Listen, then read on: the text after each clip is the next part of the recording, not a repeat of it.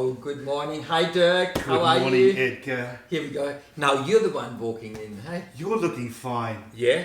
Oh, here we go. Yeah. You like the orange? Yeah. Oh, wow. Bit of a fashion statement. Yeah, now. it's warm, eh? Oh, very good. Yes, but with your fashion statement. They're going to get some nice boots on. Yeah. Have I seen them before? No, they're new, but they're on a sale. Penny's always so good at finding things on Oh, sale. they are new. Yes, yes. Oh, here we go. This looks very farmer-like. Well, this is very Toowoomba-like, isn't it? Toowoomba-like, yeah. Yeah, now I'm sort of like Toowoomba. I've got these So boots. I probably need them as well. So, what's on the cards today? Well, you are on the cards today because this is going to be a little bit of the study intro. Yeah, I'm preaching, and this morning chat serves again as the study intro, and the topic for this week is on faith. And I want to tell the story of Kenneth Hagin. Kenneth Hagin. Ever heard of him? No. So he's been in ministry for more than 70 years. I think he probably passed away by now, but more than 70 years, and he had a major emphasis on faith. And I find it interesting, you know, preachers and teachers, they have a certain emphasis, and it usually comes out of a story they had with God.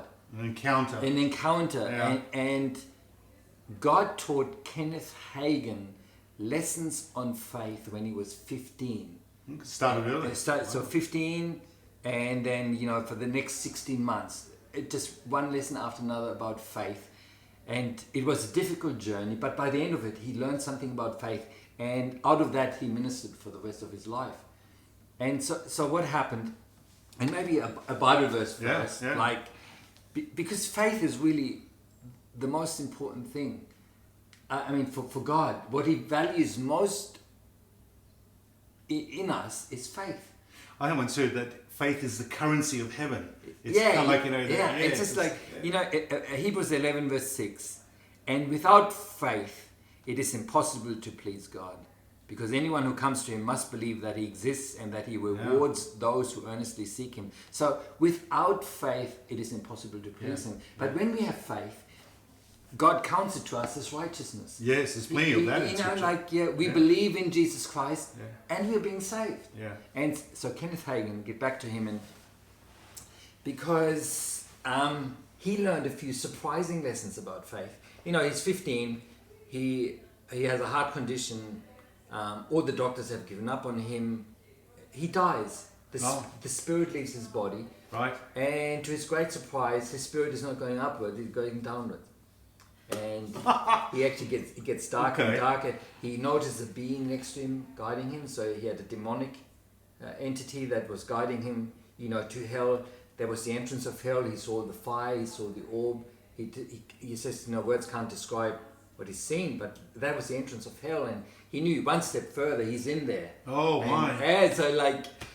And then a voice from above speaks, and the voice from above speaks in a language he doesn't understand, but everything shakes in the nether regions down there, and, you know, he's released and he's going upwards again and back into his body. And, you know, his grandma says, look, we thought you died, because his grandma worked for an undertaker as well, and she knew dead people and like that, like no pulse, eyes open, unseeing and all of that. And so he died, and he knew he died. That happened 3 times. 3 times? So, oh my goodness me. What a nightmare, a recurring nightmare. yeah, so he goes downwards. Oh, yeah. And, you know, and the 3rd time he yells out. And then finally he screams it out. He says, but I'm a church member and I'm baptized. So, you know, okay. So that's a great surprise. So you can be in church, you can be baptized, you can actually know things about Jesus and actually have sort of a bit of a general knowledge that it's true, you're not even against it, whatever. But then when you die, you find out that is actually not faith. It's not the saving kind of faith. So there's a difference between knowledge and making it your own. Yes. Yeah. And like, you know, the preachers throughout history have always emphasized that. John Wesley, you know, Bonhoeffer, Luther, it's just like The saving kind of faith is more than a mental assent. Yeah. Like, yeah, I'm agreeing with that. Yeah, even the devil knows. Yeah, even the devil knows. Yeah. Even the devil knows about God.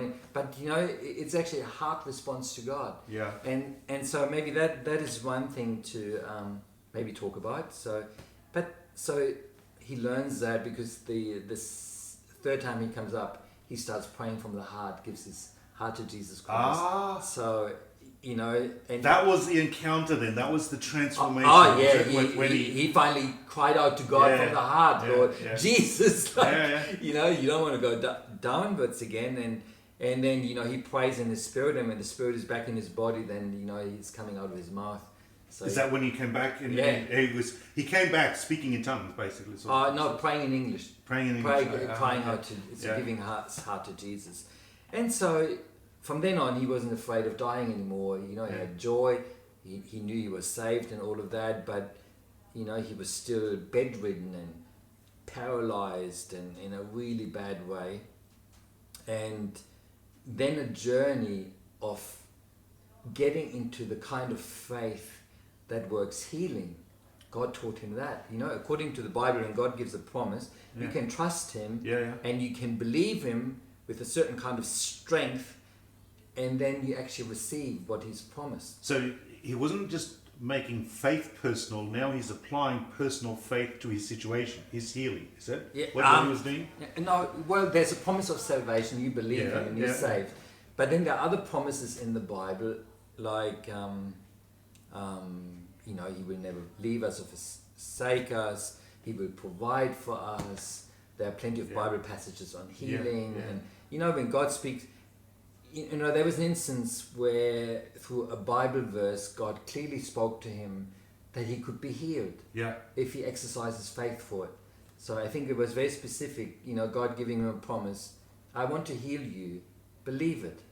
So that's one thing, hearing that, and then you can say, yeah, God said that. And he took 16 months to get to a stage where he wasn't just hoping for that, but he was actually believing that it was a done deal. Do you understand what I mean?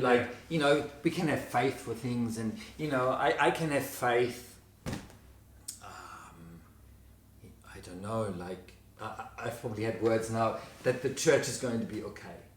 That's important to both of us. Will we be okay and get through this time and prosper? So God speaks. And you can still not really commit your heart to it. Let's see what happens. Yeah, God, that doesn't surprise me. Yeah, you spoke, I believe that. But every day you check on the church whether it's going okay. And when the news are good, then you believe. And when the news are bad, you're discouraged. That's not faith. No. So when you have faith, God says something. No, you believe it. No matter what the evidence says. You can actually close your eyes. No, this is a done deal because God said. And that's what happened to him, was it? Yeah. It's he believed that word even though he didn't. Yes, and so I'm going to tell that journey probably in the sermon. But yes, he came to a stage where he was no longer hoping. He knew it happened. Yeah. And then he actually, for him it was important. So he knew it was a done deal.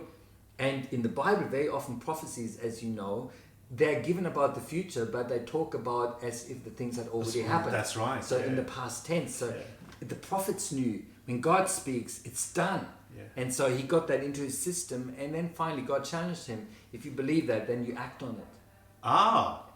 So, okay, that's a real big step out of faith. And that's the Bible as well, Yeah. Acting in faith. When we do healing, whatever it says, we pray for healing and then move your body. Just do something, acting out in faith. And Jesus, healed the guy with the crippled hand and said, stretch out your hand. And as he stretched it out, it got healed. And so God challenged him, get out of bed. And he gave it a go. And when he did that, finally sensation came and a bit of a journey, but he got healed. And he never had that condition again, completely healed. He walked out of there. He walked out and he went into a ministry for how long in healing? More than 70 years. Wow. He learned stuff. And so I find that a fascinating story and surprising, and probably I would say a lesson for all of us, because we talk a lot about faith, but to actually have a faith commitment that we know, and it's as good as fact. Oh, we have a long way to go there about certain things. And walking into it, yeah, as if walking it's fact. in. And like you know, God gives promises. Your children will be okay. And then you get news every day, and you're like, no, faith believes. Yeah. And as you believe, you receive. Yeah. And I find it very confronting. And that's where most people get angry when you talk about faith. You know, this guy is 15 years old, bedridden, alone. Mum needs to work and stuff like that. And God lets him lie there for 16 months until he gets it. That's a tough lesson, wouldn't you say? Very tough lesson. That is obviously very embedded after that. Yeah, It's like, yes, it of was course, his ministry totally. after that. Yeah. That's tough parenting. Yeah. And like you feel like, oh God. Have some mercy on am I not receiving things because, I really don't have the faith for it? Yeah. And like, faith, comes with thanksgiving. You're already thanking God for what you're going to receive and all of that. And so anyway, that's the topic. And well, happy discussion on it. That is going to be a great sermon, because I know that there's a passage or a thought in Scripture that God says, tells us the end from the beginning. In other words, when we're looking at that story and God says something, His actually perspective is already, I've established it. I know where this is going to be. Please just walk into that reality. Yes. Rather than denying what God has said, because faith is really giving God the glory. Yes. You've said it, I believe it. Let's see it. That's what He values the most, faith. Yeah. And that's the currency of heaven. So, and it's not an easy thing. Stay tuned for the sermon. I'm waiting for more of that story. Okay. All right. I want to see what happens with that. So tune in and bye everyone. Yeah. Hey? Have a wonderful Be blessed. day. Step out in faith. Yeah. Oh, awesome.